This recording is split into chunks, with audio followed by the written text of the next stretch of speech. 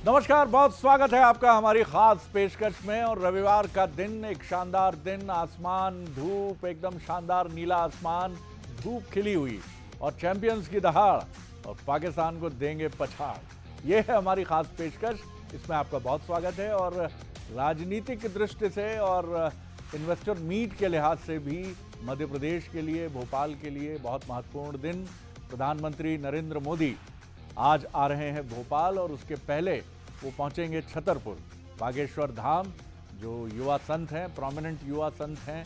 और ये भी बड़ी महत्वपूर्ण बात है कि उनके आमंत्रण को न सिर्फ प्रधानमंत्री ने स्वीकार किया है, बल्कि राष्ट्रपति भी आ रही हैं वहाँ 26 फरवरी को और 23 फरवरी को, यानी रविवार के दिन आज प्रधानमंत्री वहाँ पहुँचेंगे। लेकिन सबसे पहले बात करते हैं उस मुकाबले की जिस पर पूरे देश ही की नहीं बल्कि पूरी दुनिया की निगाहें टिकी हुई हैं।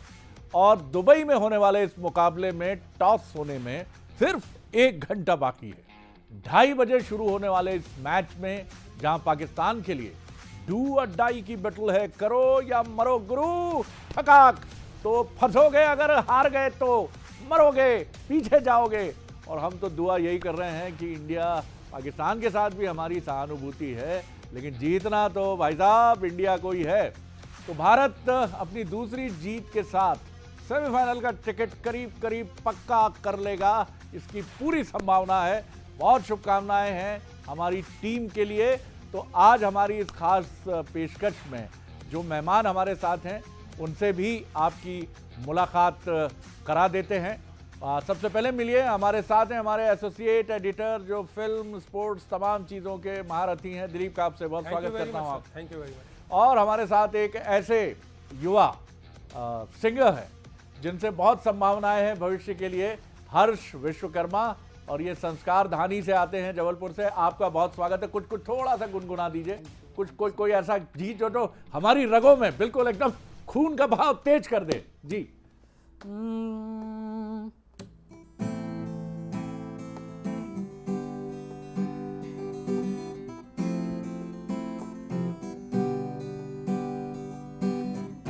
घायल परिंदा है तू, दिखला दे जिंदा है तू, बाकी है तुझ में हौसला। तेरे जुनू के आगे अंबर पना है मांगे, कर डाल तू जो फैसला।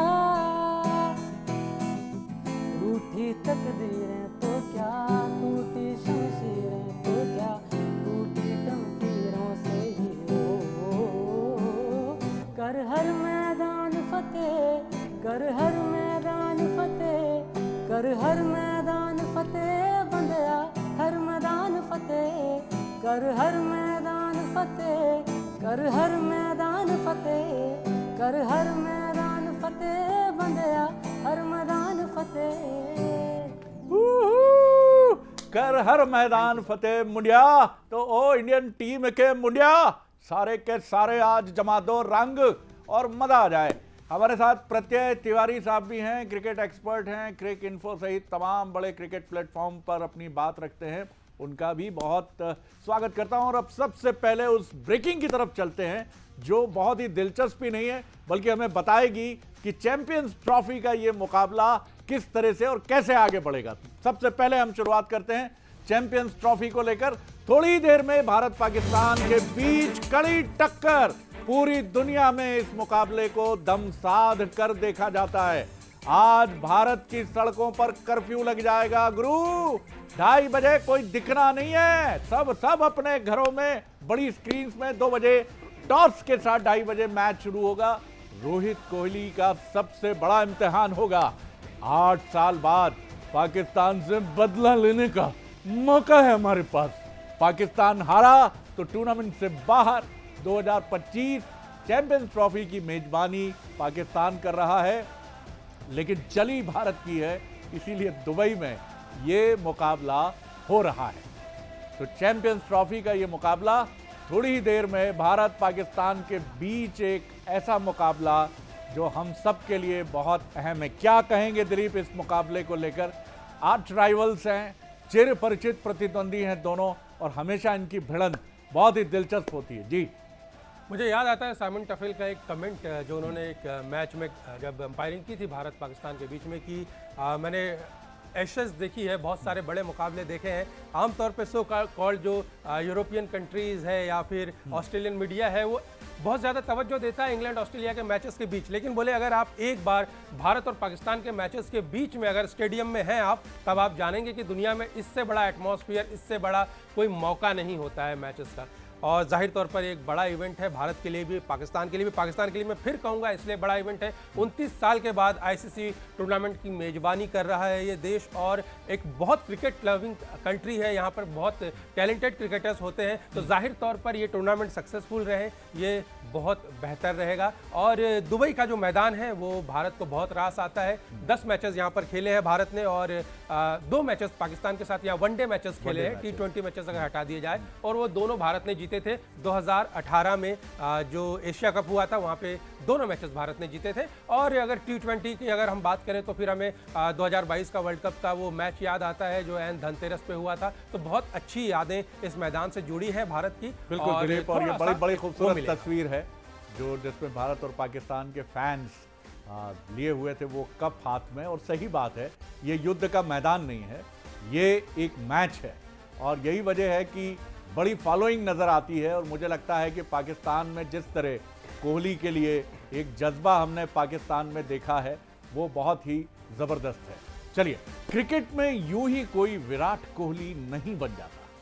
विराट बनने के लिए, यानी विशाल बनने के लिए, हिमालय बनने के लिए मैदान में बनी हर उस सिचुएशन से मैच को जीतने की जरूरत होती है जब आपके कप्तान, कोच और यहां तक कि फैंस भी कह दें बस अब हम ये मैच नहीं जीत पाए। लेकिन विराट पारी के लिए पहचाने जाते हैं, वो गेम चेंजर है। और पाकिस्तान के खिलाफ तो जब वो आते हैं तो लाहौर से भी आवाज आती, यार ये विराट फंस गया यार, ये मैच नहीं जीतने देगा यार, हर बार यही अड़ताता यार।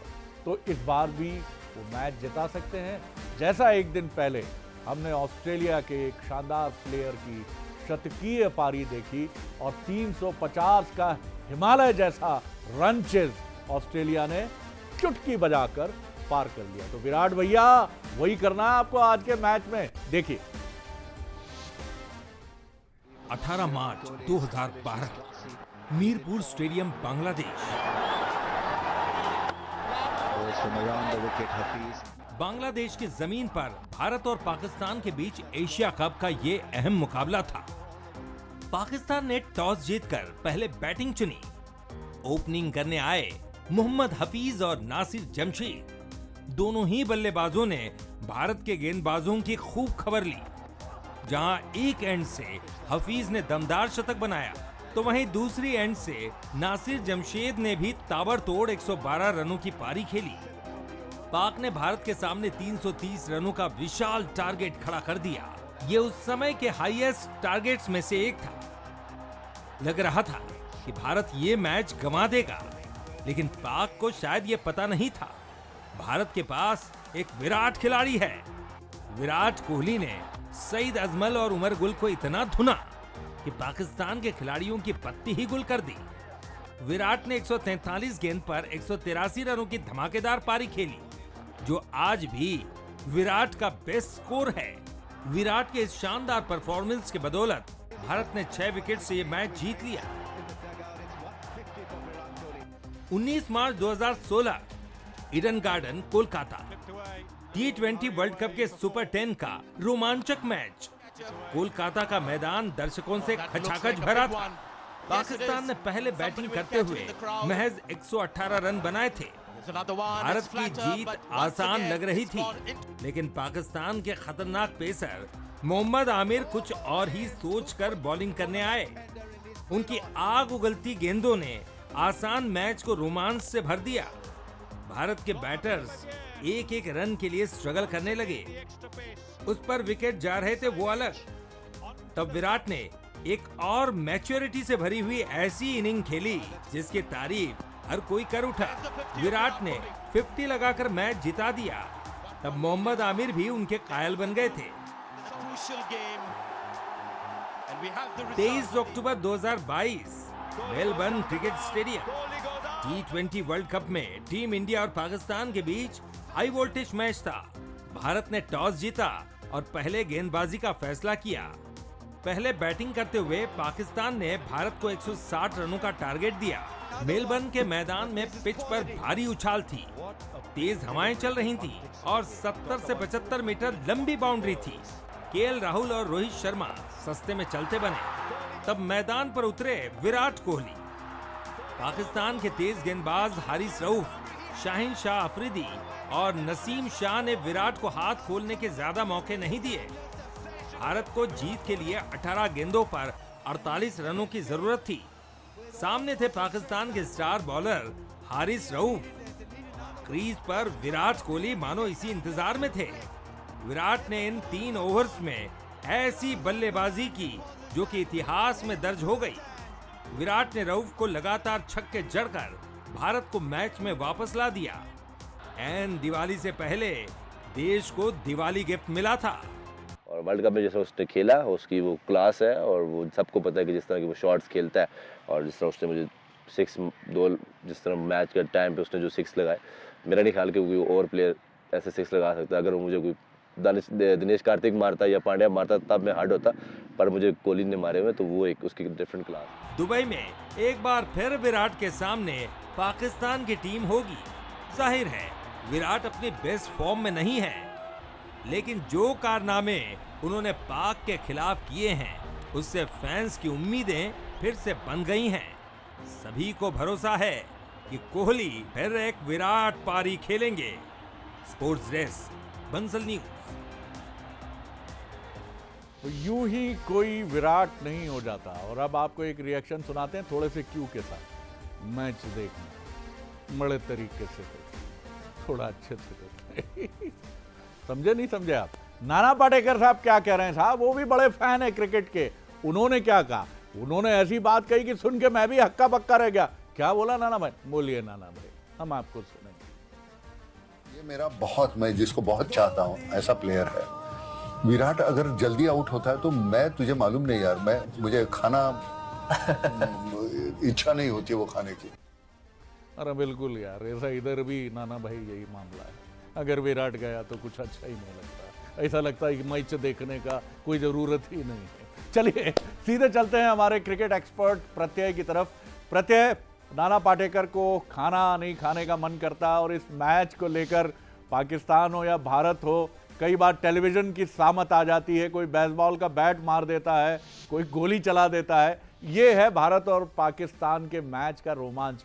टेक्निकली हम देखें तो जिस तरह से पाकिस्तान की तरफ से उनके कोचेज, कैप्टन्स की तरफ से ये बात आ रही है कि वो अपनी बॉलिंग की स्ट्रेंथ पे जाएंगे, क्योंकि उन्हें मालूम है कि भारत के पास एक बैलेंस अटैक है। बहुत अच्छा बॉलिंग अटैक भी है और बहुत अच्छा बैटिंग अटैक भी है। कुछ प्लेयर सीनियर ज़रूर फॉर्म में नहीं हैं, लेकिन फिर भी भारत की ताकत बहुत ज़बरदस्त है।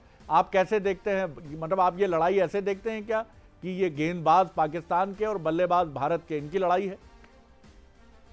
शरद जी बिल्कुल, ये ऐसा ही रहा है हमेशा से। जो आप पुराने समय के मैचेस भी उठा के देखें तो ये बिल्कुल सही कहा आपने कि भारत की बल्लेबाजी बनाम पाकिस्तान की गेंदबाजी होती थी। लेकिन मुझे लगता है इस समय पर उस कैलिबर की बॉलिंग शायद पाकिस्तान की नहीं है। नाम बड़े हैं, शाहीन को देखें आप, हैरिस देखें, नसीम, जितने भी बॉलर्स हैं, पोटेंशियल की कमी नहीं है, लेकिन फॉर्म मेरे ख्याल से उतना अच्छा इस समय पर नहीं है। पिछले मैच में भी शाहीन कुछ खास नहीं कर पाए थे, विकेटलेस गए। और एक ज़माने में जिस ताकत के लिए जाना जाता था पाकिस्तान, जिस तरीके की गेंदबाजी होती थी, चाहे आप वसीम अकरम की बात करें, वकार यूनिस की बात करें, शोएब अख्तर, आकिब जावेद, उस किस्म की गेंदबाजी अब देखने को शायद नहीं मिलती है। तो मुझे लगता है कि भारत का पलड़ा बिल्कुल भारी होगा। और फॉर्म की जहाँ तक बात है शरद जी, फॉर्म ऐसी चीज़ है, आती जाती रहती है। मुझे लगता है थोड़े से दबाव में है विराट कोहली इस समय पर, लेकिन उनके इर्द गिर्द जो बल्लेबाज हैं, चाहे रोहित शर्मा हो, वो फॉर्म में वापस आ गए हैं, शतक लगा चुके हैं। पिछले गेम में भी उन्होंने एक आतिशी पारी खेली, ऊपर शुभमन गिल ने शतक लगाया, श्रेयस अय्यर है, केएल राहुल है। बिल्कुल मुझे लगता है कि टीम आगे लेके जाएगी उनको भी अपने फॉर्म, और उनका भी लौट आएगा समय के साथ। बिल्कुल सही बात है। और भारत और पाकिस्तान का मैच ऐसा होता है कि दोनों टीमों के लिए मैं कहूँगा ये बात कि कई प्लेयर्स जो आउट ऑफ फॉर्म चलते हैं उनका फॉर्म लौट आता है। ये होते हैं चैंपियंस जो एकदम राइट टाइम पर, चाहे वो गेंदबाजी की बात हो चाहे वो बैटिंग की बात हो। चलिए इसके पहले कि मैं दिलीप की तरफ चलूं, फिर चलते हैं हमारे सुरीले सिंगर हर्ष की तरफ। और हर्ष के पास जो गीत है वो मुझे भी बहुत पसंद है, क्योंकि चक दे इंडिया ये हम सब की जुबान पर है जी।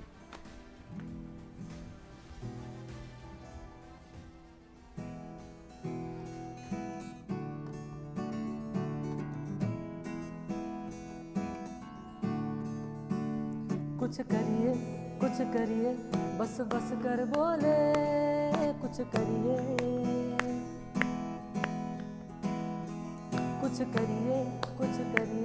नस नस मेरी खोले, कुछ करिए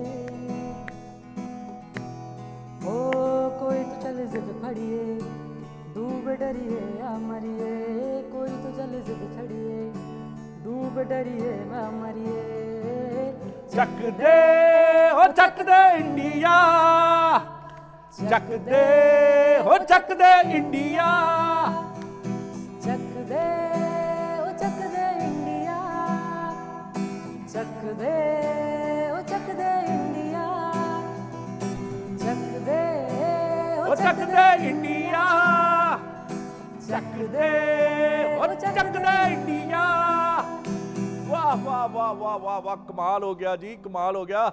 ओ चक दे फटे नपते किली, ओ कमाल कर दे रोहित शर्मा, आज ऐसे छक्के उड़ा कि पूरी बाउंड्रियां छोटी पड़ जाएं। दिलीप क्या कहोगे, रोहित क्या आज अपने मिडास टच के साथ नजर आ सकते हैं?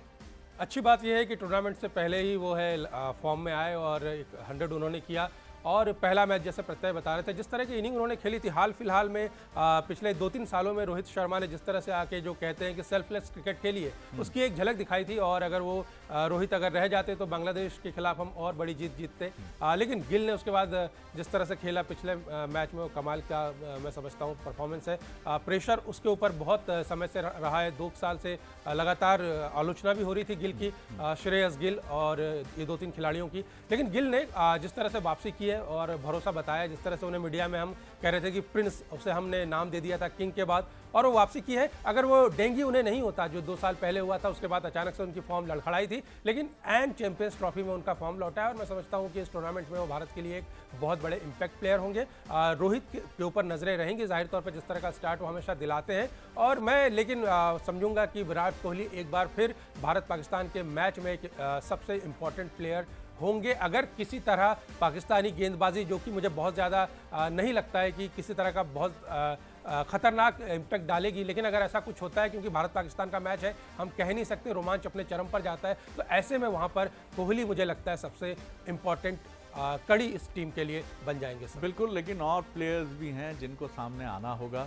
जिस तरह से हमने एक दिन पहले ऑस्ट्रेलियन बल्लेबाज इंग्लिश को देखा है कि कमाल की बल्लेबाजी की है, और भारतीय टीम के पास ऐसे प्लेयर्स हैं। राहुल का बड़ा अलग किस्म का टच है, उनका जब बल्ला बोलता है तो बड़े बड़े खामोश हो जाते हैं। हाँ, इसमें पहले रिपोर्ट्स आ रही थी, कई सारी रिपोर्ट्स हमने देखी कि राहुल को शायद एज अ फिनिशर यहाँ पे तैयार किया जा रहा है, लेकिन मैं अय्यर को यहाँ पे बहुत एक इंपॉर्टेंट प्लेयर मानता हूँ, क्योंकि वो भारतीय टीम की रीढ़ है। विराट कोहली के बाद जो है वो सबसे इंपॉर्टेंट प्लेयर है मिडिल ऑर्डर के लिए, और वो भी एक फॉर्म में है। बहुत अच्छी इनिंग्स उन्होंने हार्दिक पांड्या लंबे शॉट्स के लिए पहचाने जाते हैं दिलीप, लेकिन उन्हें जोखिम नहीं उठाना चाहिए, क्योंकि हमने कई बार देखा है कि हार्दिक पांड्या या श्रेयस अय्यर, हमारे ये जो खिलाड़ी हैं, ये लंबे शॉट्स मारने के प्रयास में कैच दे बैठते हैं और भारतीय टीम की संभावनाओं को झटका लगता है। एक बाबा हैं, IITN बाबा इनको कहा गया। अभी कुंभ चल ही रहा है, बड़े, माफ कीजिएगा बाबा जी, बड़े ऊट पटांग टाइप के बाबा हैं। हाँ, कभी अलग माता पिता को लेकर कुछ कहना, चिलम के बारे में कहते हैं, गांजा तो हम सूतते ही हैं। इनकी भी एक भविष्यवाणी बड़ी वायरल हो रही है, इस पर ज़्यादा तवज्जो मत दीजिएगा कि पॉजिटिव बोल रहे हैं कि नेगेटिव बोल रहे हैं। अब बाबा हैं, हो सकता है कि सुट्टे की तरंग में हो, क्या कुछ कह रहे हैं ICC टूर्नामेंट को लेके। IITN बाबा को भी सुन लीजिए, अभय सिंह इनका नाम है। वैसे पहले से बोल रहा हूँ, इस बार इंडिया नहीं जीतेगी। चाहे तुम अब उनको, विराट कोहली को, सबको बोल दो कि अपने जेडीसी का जोर लगा के जीत के दिखा दो, तुम अब जाओ। मैंने मना कर दिया, नहीं जीतेगी तो नहीं जीतेगी। अब भगवान बड़े हो गए, तुम बड़े हो, अब देखा जाएगा। अच्छा, वाह बाबा जी, वाह वाह वाह, बड़ा प्रेम है आपको इंडियन क्रिकेट टीम से। नहीं जीतेगी आपने बोल दिया है, चलिए हम भी कह रहे हैं कि आज इंडिया जीत के रहेगी बाबा जी। उसके बाद फिर क्या करेंगे आप, कहाँ पकड़े हैं आपको? कुंभ में तो आप नजर आ नहीं रहे। चलिए, ये तो हुई कुछ हंसी मजाक की बातें। पाकिस्तान के खिलाफ इस बार जसप्रीत बुमराह मैदान पर नहीं उतरेंगे, लेकिन पाक फैंस में बुमराह का क्रेज बड़ा जबरदस्त है। इस बीच पाकिस्तान के सियालकोट से एक वीडियो वायरल हो रहा है जिसमें एक बच्चा boom boom boom boom boom Bumrah की बॉलिंग एक्शन में बिल्कुल उसको कॉपी करता हुआ बॉलिंग कर रहा है। आपको लगेगा कि बुमराह ही है, ये है बुमराह का क्रेज। देखिए, पाकिस्तान के सियालकोट से ये वीडियो मिला है।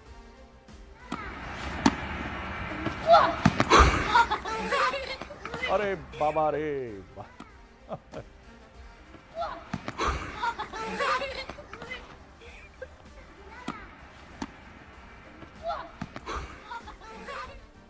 चलिए, तो देखिए, बस जख्मी भी कर दिया सामने वाले अपने दोस्त को और बड़ी अदा से हंस भी रहा था। मैं एक बार फिर प्रत्यय की तरफ चलूंगा। प्रत्यय, बॉलिंग की अगर हम बात करें तो बुमराह एक ऐसे बॉलर हैं जो अपनी बहुत ही कंजूसी के साथ रन देने के मामले में पकड़ कर चलते हैं, और स्लॉग ओवर्स में तो वो एक तरह से कहना चाहिए कि उनका कोई मुकाबला ही नहीं है। अब वो नहीं है।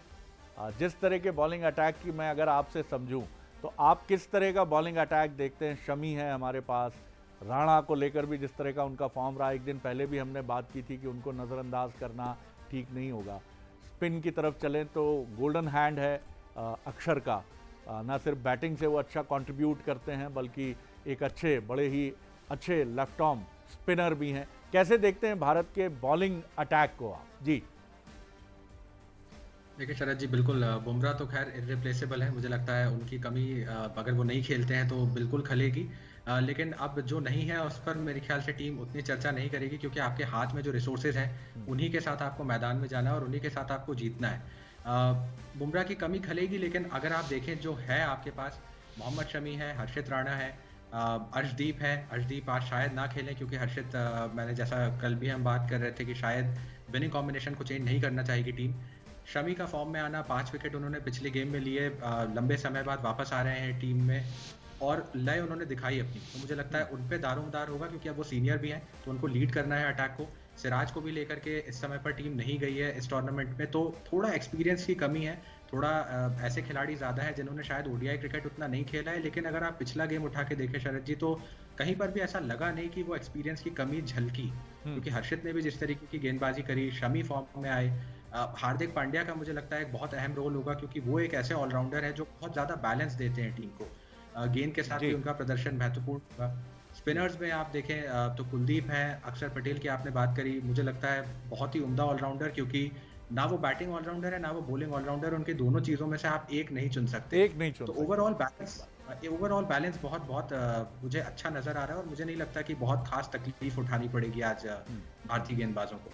बिल्कुल आपने ठीक कहा। और कुलदीप भी अपने अलग बॉलिंग एक्शन के साथ जब थोड़ी सी चाइना मैन जैसी याद वो दिलाते हैं अपने बॉलिंग एक्शन की वजह से, जिस तरह से उनका सर घूमता है, जिस तरह से उनका हाथ घूमता है, तो बल्लेबाजों के लिए मुश्किल तो पैदा करते हैं। और ख़ासतौर से जब तनाव का समय होता है तो कुलदीप एक ऐसे स्पिनर ज़रूर हैं जो बल्लेबाजों को न सिर्फ आउट करते हैं बल्कि उनको गलतियां करने पर मजबूर भी करते हैं। और पूजा पाठ और हवन तो ऐसे मैच के पहले शुरू ही हो जाते हैं, चाहे काशी विश्वनाथ हो, बाबा विश्वनाथ हो, या फिर महाकाल मंदिर हो हमारे उज्जैन का। और इस समय ये जो तस्वीरें आप देख रहे हैं ये रायपुर से मिल रही हैं, जहां हवन पूजन के साथ कहा जा रहा है कि रोहित और विराट के योद्धाओं ये कब जीत कर लाना है, और उसका सबसे महत्वपूर्ण मैच तो यही है, ये जीते तो सब जीते।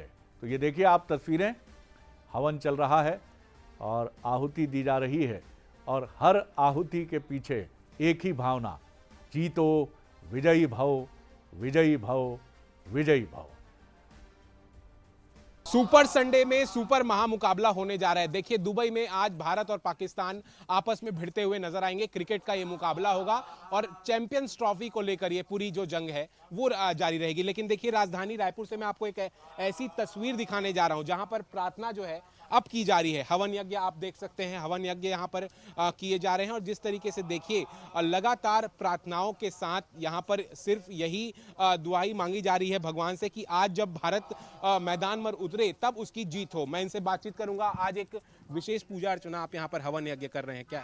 जी, आज हम इंडिया पाकिस्तान का मैच जो दुबई में हो रहा है, उस मैच में इंडिया विजयी हो, भारत देश विजयी हो, जिससे भारत का गौरव बढ़े, इसलिए हम आज यहाँ यज्ञ कर रहे हैं, पूजा कर रहे हैं ताकि हमारा देश विजयी हो। रोहित शर्मा, विराट कोहली, हम उनको सबसे प्रमुख मानते हैं इंडिया के मैच में। मुझे लग रहा है कि वो बहुत ज़्यादा बैटिंग करेंगे और बहुत अधिक रनों से विजयी होंगे और इंडिया को गौरवान्वित करेंगे। अगर देखा जाए, अगर बॉलिंग पहली होगी या बैटिंग, क्या लगता है आपको? मेरे हिसाब से तो बैटिंग ही सही है और मेरी यही कामना है, बाबा भोलेनाथ से प्रार्थना है कि आज टीम इंडिया जीते और सभी खिलाड़ी अपना अपना अच्छा खेल दिखाएं। जब जब हवन किए हैं तब तब हमारा भारत देश विजय हुआ है और आज भी हम यही कामना करते हैं। उसी विजय कामना हेतु यहाँ पे गणेश जी, नवग्रह, मातृका, वसोधारा, 64 योगिनी, सर्वतो भद्रमंडल एवं भगवान शंकर का नाम लेकर के हम बगलामुखी माता के नाम से हवन कर रहे हैं, जो हमें विजय प्राप्त दिलाएगी। आज के मैच में हमें निश्चित रूप से विजय प्राप्त होगी। इन्हीं कामनाओं के साथ आज हम हवन कर रहे हैं। तो पूरा यहाँ पर जो हवन यज्ञ है, कार्यक्रम वो यहाँ पर जारी है, प्रार्थना की जा रही है, भगवान को खुश किया जा रहा है। और जिस तरीके से देखिए तो इस प्रार्थना के साथ जब आज भारत मुकाबले के लिए उतरेगी तो जीत जो है भारत की सुनिश्चित होगी, ऐसा यहाँ पर लोग कहते नजर आ रहे हैं। कैमरा पर्सन राहुल के साथ अनंत शर्मा, बंसल न्यूज, रायपुर। मैं कल्पना कर रहा था कि अगर अर्जुन और कृष्ण में संवाद होता इस मैच को लेकर, तो अर्जुन पूछते कि हे माधव, इस मैच का निर्णय क्या हो सकता है? तो कृष्ण अपनी मनमोहिनी मुस्कुराहट के साथ यही कहते, पार्थ, जो श्रेष्ठ कर्म का प्रदर्शन करेगा, जो तनाव से मुक्त होकर फल की चिंता किए बिना, फलासक्ति से मुक्त होकर सिर्फ अपनी बल्लेबाजी, गेंदबाजी और क्षेत्र रक्षण का पूरा आनंद लेते हुए मैच खेलेगा, पार्टिसिपेशन करेगा, वही विजयी होगा। बिल्कुल ठीक बात है, प्रेशर लेने की जरूरत नहीं है। यज्ञ होंगे, हवन होंगे, करोड़ों फैंस की उम्मीदें आपके साथ जुड़ी हुई हैं, लेकिन आपको प्रेशर नहीं लेना है।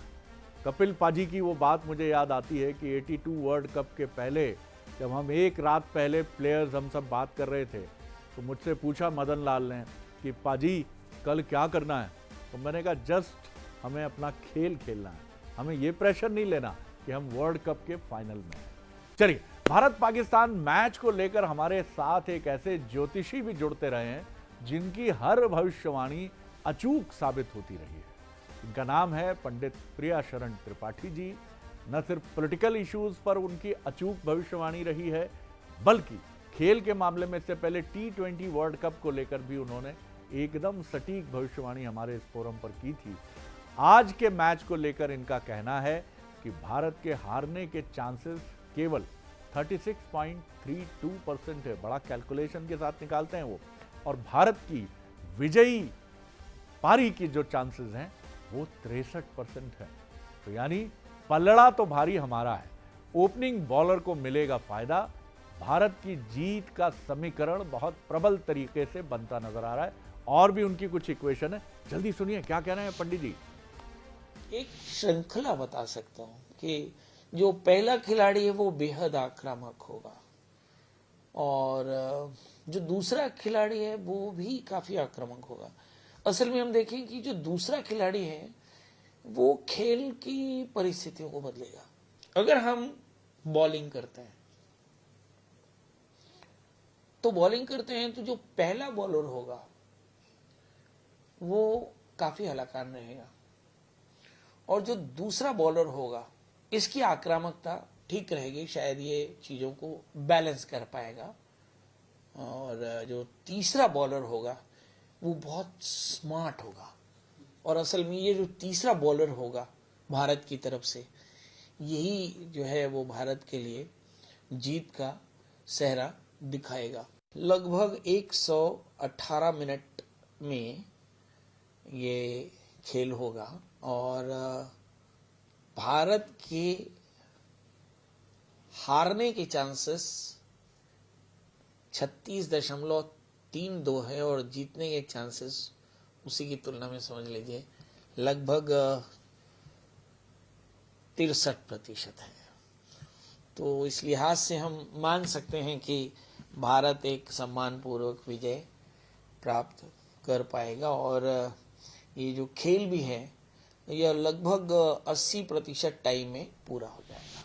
तो चलिए देखिए पंडित जी के अगर हम बातों को डिकोड करें तो इसका मतलब है कि अगर बैटिंग हम करते हैं तो रोहित बहुत एग्रेसिव होंगे, लेकिन शुभमन गिल जो हैं वो पारी को गढ़ेंगे, ऐसा हम अनुमान लगा सकते हैं।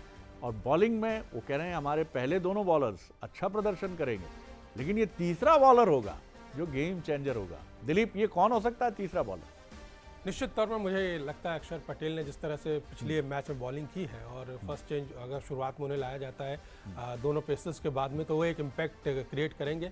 और गेंद जिस तरह से अभी उसके हाथ से निकल रही है, एक तो करियर के एकदम सबसे बेहतर पॉइंट पे है, वो रोहित शर्मा दुर्भाग्यवश वो कैच छूट गया, वरना वनडे क्रिकेट में आपको हैट्रिक आप मिलती है, एक बहुत बड़ी बात होती है। वो एक बड़ी उपलब्धि उनके हाथ से ऐसे आकर छूट गई, जाहिर तौर पर उससे उनका आत्मविश्वास और बढ़ता। लेकिन अक्षर के साथ सबसे अच्छी चीज़ है ये उन गेंदबाजों में से है जिनका टप्पा जो है वो जानते हैं कि मुझे कहाँ फेंकना है बतौर फिरकी गेंदबाज, और वो एंजॉय करते हैं अपने गेम को। उनके चेहरे पे भी दिखता है कि वो अपनी गेंदबाजी को बहुत मज़ा लेकर लुत्फ उठा रहे हैं। और कोई बड़ा शॉट अगर पड़ता भी है तो विचलित नहीं होते हैं, वो मैदान के बाहर एकदम देखते हैं और फिर वापस रनअप की तरफ बढ़ जाते हैं अपने।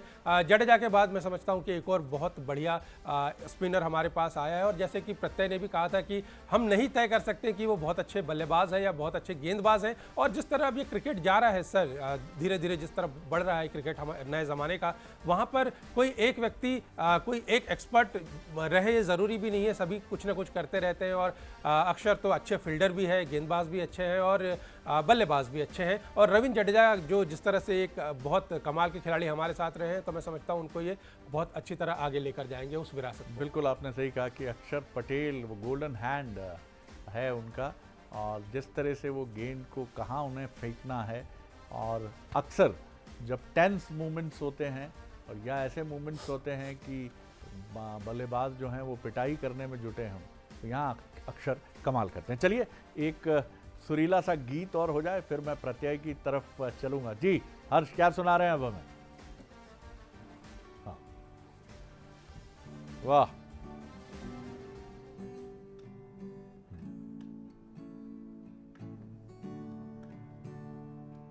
ओ देश मेरे हाँ, तेरी शान पे सज के कोई ढंग है क्या, हाँ, तेरी धूल से बढ़ के, तेरी धूप से रोशन, तेरी हवा पे जिंदा, तू बाग है मेरा, मैं तेरा परिंदा, है मर्जी दीवाने की, ज़ाहर सुहानी देखी, हो रही तेरी शाम है,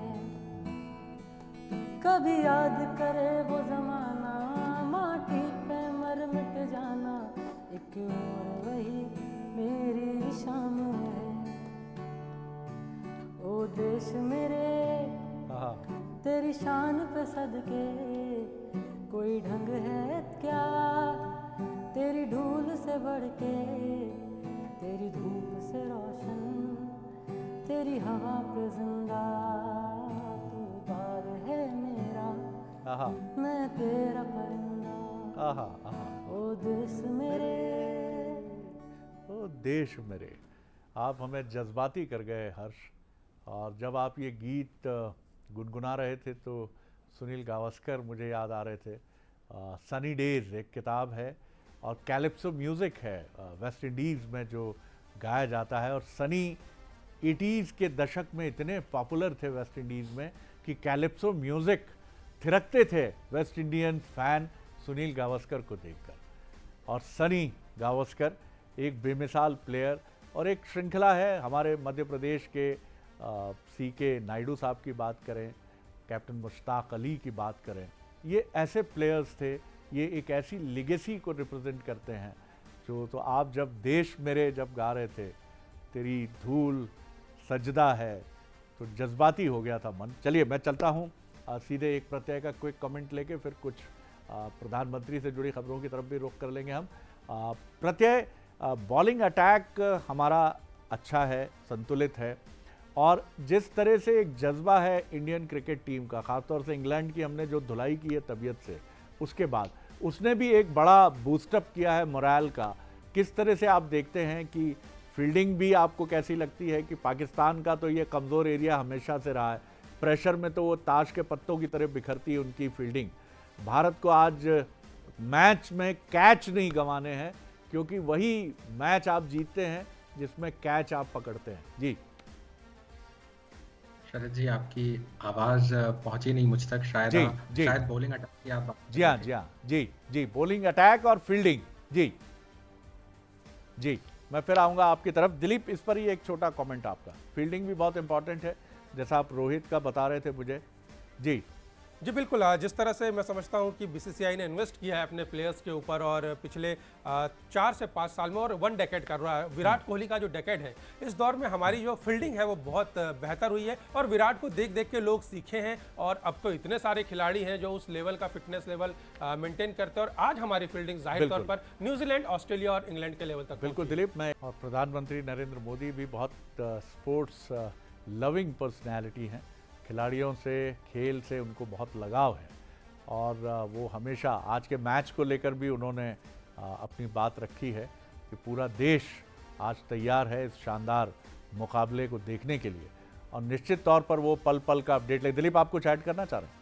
जी बिल्कुल। मुझे याद आता है पीएम जिस तरह से वर्ल्ड कप में मिली हार के बाद ड्रेसिंग रूम में गए थे और प्लेयर्स से 1 बाय 1 मिले थे, वो बहुत ही भावुक कर देने वाला पल था। खासतौर पर एक ऐसी टीम जो हारी है, मैं समझता हूँ जीती हुई टीम के साथ तो हमेशा उनके देश के जो नायक होते हैं, जो प्रमुख होते हैं, वो जाते हैं, खड़े होते हैं, लेकिन एक हारी हुई टीम के साथ जिस तरह पीएम गए थे और एक एक खिलाड़ी से मिले और बहुत जज्बाती संवाद वो हुआ था, जाहिर तौर पर वो बहुत टची था और बताता था कि पीएम कितने जुड़े हैं अपनी इस टीम से। निश्चित तौर पर, और बहुत मुझे वो भी याद आता है जब हमारा एक अंतरिक्ष प्रक्षेपण का जो हमारा मंगल ग्रह तक पहुंचने का एक बहुत ही एम्बिशियस प्रोजेक्ट था, तो वो साइंटिस्ट के पास पहुंच गए थे और सारी बातें उन्होंने रखी थी। बहुत चलिए प्रत्यय की तरफ मैं चलता हूं, फिर कुछ ट्रेंड्स जो सोशल मीडिया के हैं उनका भी रुख करेंगे।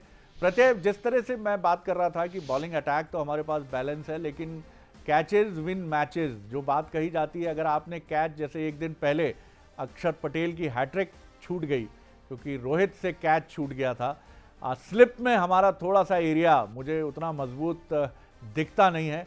कई बार हमने देखा है कि कैचेस हमसे छूटते हैं, हालांकि भरोसेमंद हाथ हैं रोहित के, लेकिन कई बार होता है। लेकिन ऑस्ट्रेलिया या इंग्लैंड की तुलना में हम देखें तो हम थोड़े से स्लिप में कुछ हमारे हाथों में स्लिपरी एलिमेंट दिखता है।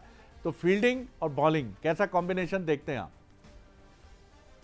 बिल्कुल शरद जी, सही कहा आपने। कैचेस इन मैचेस बहुत ही प्रख्यात, कहना चाहिए, कहावत है।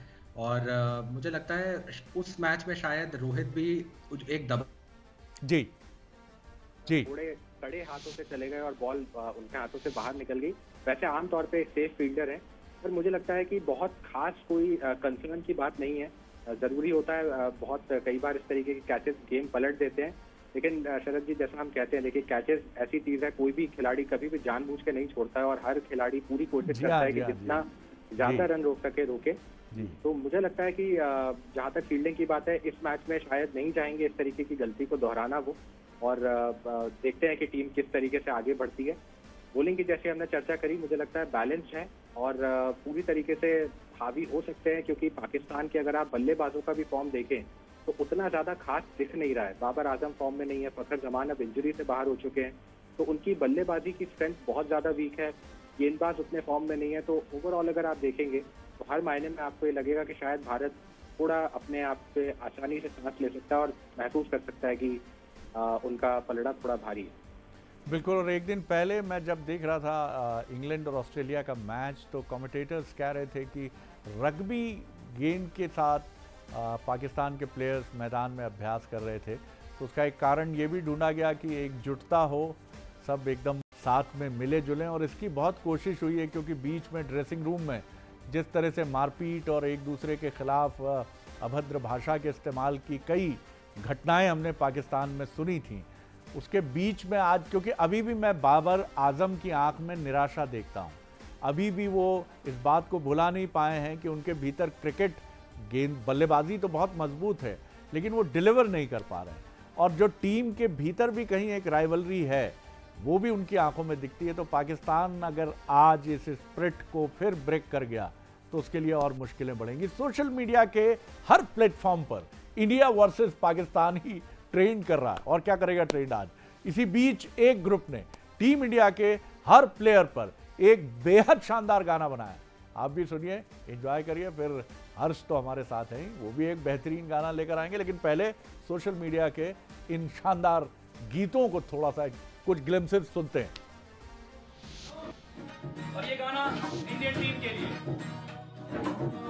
रोहित के छक्कों में, कोहली के चौकों में, कुलदीप की बुगली में, अक्षर की फिरकी में, चट्टू की फील्डिंग में, राहुल की कीपिंग में, हर्षित की गेंदों में, शम्मी की विकेटों में। हाँ चैंपियन तू बन ले, तब अपने नाम कर ले।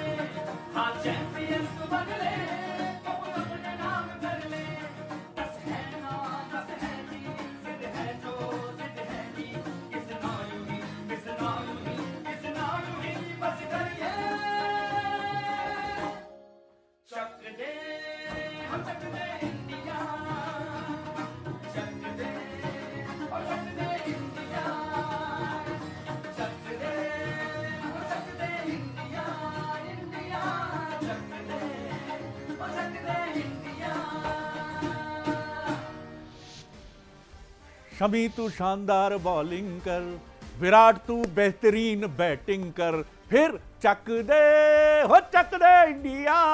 यही होना है साहब हमारा जो शमी है। देखिएगा क्या आज स्विंग जाती है, यूं घूम के जाएगी और किसी न किसी पाकिस्तानी बल्लेबाज का पूरा डंडा उड़ाएगी।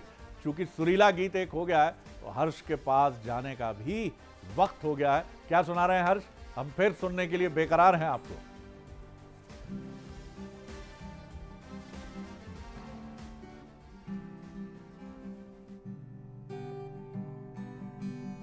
ये हौसला कैसे जले, ये आरज़ू कैसे रुके, ये हौसला कैसे रुके, ये आरज़ू कैसे रुके।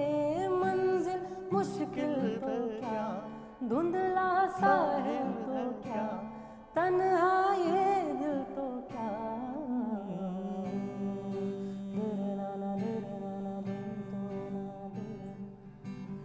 राह पे कांटे बिखरे अगर, वाह, उस पे तो फिर भी चलना ही है। शाम छुपा ले सूरज मगर, रात को एक दिन ढलना ही है। रुते टल जाएगी, हिम्मत रंग लाएगी, सुबह फिर आएगी। धेरे नाना, धेरे नाना, धेरे नाना। आहा, ये गीत जब भी मैं सुनता हूँ तो उन युवाओं के लिए मैं बहुत बहुत बहुत दिल से विश करता हूँ जो कॉम्पिटिटिव एग्ज़ाम अटेम्प्ट कर रहे हैं, एक्टिंग कर रहे हैं, मॉडलिंग कर रहे हैं, जर्नलिज्म में हैं और कई बार मायूस होते हैं, खेल में हैं, दिल टूटता है, प्रेम कर रहे हैं वहाँ दिल टूटता है। नहीं, इस गीत को सुनिए। हौसला वो क्या हौसला जो टूट गया था और किन चीज़ों से टूट गया हौसला। हर आदमी इन हालात से गुजरता है। तो भारतीय क्रिकेट टीम आज आपके लिए तो सब कुछ अनुकूल ही है, लेकिन करोड़ों भारतीय आज आपको देख रहे हैं कि किस तरह से हमारी टीम शानदार प्रदर्शन करेगी। सोशल मीडिया के जैसा हमने आपको कहा कि हर प्लेटफॉर्म पर कुछ ना कुछ इंडिया से जुड़ा चल ही रहा है। गीत भी हमने आपको शानदार सुनाया। दिलीप, मुझे ये बताइए ज़रा कि आज के मैच में पाकिस्तान के किन प्लेयर्स पर, बॉलर्स तो उनके हैं ही जो ऐसे मौके पर, और ख़ास तौर से मैंने देखा है कि पहले 10 ओवर तो उनके भीतर न जाने कहाँ की एक आग जो है वो उनके भीतर भर जाती है कि उनका दौड़ना ऐसा लगता है कि जैसे कोई इंजन में बहुत चाबी भर दी है पूरी ताकत से। किन पर हम निगाह रखें? सबसे पहले तो सर कप्तान जो है रिजवान, क्योंकि अब एक इम्पॉर्टेंट मैच है बतौर कप्तान उनके लिए और बहुत उम्मीदों से उनको कप्तानी सौंपी गई है। तो रिजवान जिस लेवल के प्लेयर है, बहुत समझदारी से बल्लेबाजी करते हैं और एक आक्रामकता भी है उनके पास और डिफेंस भी करते हैं। बाबर की तरह वो एक अपने शेल में नहीं जाते, तो एक दबाव तो उनके ऊपर है। मुझे लगता है कि वो बेहतर परफॉर्मेंस करने की कोशिश करेंगे और कर सकते हैं। दूसरा जिस तरह की इनिंग खुशदिल खेली थी पिछले मैच में, भले ही हार गया था पाकिस्तान, लेकिन खुशदिल की जो बैटिंग थी वो उन्हें आप भी देख सकते हैं कि टीम पहुंच गई है मैदान पर। जी, आप अपनी बात पूरी करते हैं। तो खुशदिल से जो है भारतीय गेंदबाजों को उसका विकेट जो है मिडिल ओवर्स में निकालना पड़ेगा। बहुत तेजी से वो बल्लेबाजी करते हैं और बाबर आजम जो है वो हमेशा खतरनाक खिलाड़ी हैं। चाहे मीडिया उन्हें कितना भी क्रिटिसाइज करे उनकी स्लो बैटिंग के लिए या कितना भी कुछ कहे, ये ज़रूर है कि बाबर आजम एक इम्पॉर्टेंट प्लेयर होंगे। जब आपकी टीम में बाबर जैसा प्लेयर होता है तो आप जो है सामने वाली टीम जो है उसे नज़रअंदाज बिल्कुल नहीं कर सकती। वो कभी भी किसी भी वक्त बड़ी इनिंग खेल सकता है। और शाहीन, मैं समझता हूँ कि उसके ऊपर प्रेशर है, महंगा गेंदबाज रहा है वो कुछ समय में, लेकिन वो चाहेगा कि वो इस मैच में अच्छा करे और हारिस बिल्कुल आपने ठीक कहा। तो कोचेस के साथ भारतीय क्रिकेट टीम गौतम गंभीर निकले और ये फैमिली मेंबर्स भी दिख रहे हैं कुछ जो वहाँ पहुँचे हैं और ये कुछ विदेशी जो प्रशिक्षण कोच हमारे साथ जुड़े हैं वो भी हमारे साथ हैं। तो चलिए प्रत्यय का एक फाइनल कमेंट लूँगा मैं, उसके बाद एक सुरीले सफ़र के साथ गुनगुनाते हुए हम इस सफ़र को भारतीय क्रिकेट टीम को विश करते हुए चलेंगे। प्रत्यय, थोड़ा टेक्निकली मुझे समझाइए कि पाकिस्तान में हमें चैलेंज कहाँ से मिलेगा, बैटिंग में भी बॉलिंग में भी, और निश्चित तौर पर एक गेम प्लान दोनों टीमों का तैयार होगा बड़े प्लेयर्स के लिए अनएक्सपेक्टेड सिचुएशन को हैंडल करने के लिए। थोड़ा इस पर एक आपका क्विक कमेंट। बिल्कुल शरद जी, मुझे लगता है अबरार अहमद का एक रोल अहम हो सकता है, क्योंकि जिस तरीके के वो स्पिनर हैं, दोनों तरफ बॉल स्पिन करा लेते हैं, लेग ब्रेक बॉलर हैं। और विराट कोहली की हम बात कर रहे थे थोड़ी देर पहले, पिछली 6 इनिंग्स में 6 बार स्पिनर से आउट हुए, उनमें से 5 बार वो लेग ब्रेक और लेग स्पिन के खिलाफ आउट हुए हैं। मुझे लगता है वो एक अहम किरदार निभा सकते हैं। स्पिनर्स वैसे पाकिस्तान के अगर आप देखें तो थोड़े कमज़ोर हैं, क्योंकि एक ही फ्रंट लाइन स्पिनर के साथ गए। खुशदिल कर लेते हैं स्पिन, सलमान अली आगा कर लेते हैं, लेकिन वो स्पेशलिस्ट गेंदबाज नहीं है। स्पिनर के आधार पे मुझे लगता है थोड़ी सी कमज़ोर है टीम। और शाहीन अफरीदी, पहले भी उन्होंने रोहित शर्मा को दिक्कतें दी हैं, क्योंकि आप देखिए अगर रोहित शर्मा जब भी बात होती है उनकी एक लेफ्ट आर्म पेस के अगेंस्ट नई बॉल के खिलाफ वो थोड़ी सी स्ट्रगल करते हैं। हालांकि मैं मानता हूँ कि उस रोहित शर्मा के वर्जन को जो लेफ्ट आर्म पेसर के खिलाफ थोड़ी तकलीफ पाता था, वो काफ़ी पीछे छोड़ा है जिस शैली से अब वो खेलते हैं। लेकिन तब भी उन्हें बच के रहना होगा, क्योंकि अगर जल्दी विकेट गंवा देता है भारत 1 या 2, और ऐसा हमने कई बार देखा है शरद जी आईसीसी टूर्नामेंट्स में खास तौर पे, कि जब एक विकेट गिरता है भारत का खास तौर पे तो एक झड़ी लग जाती है, कई बार कई सारे विकेट एक साथ गिर जाते हैं। उस पर ध्यान रखना, बिल्कुल उस पर ध्यान रखना होगा। आप बने रहिएगा प्रत्यय हमारे साथ।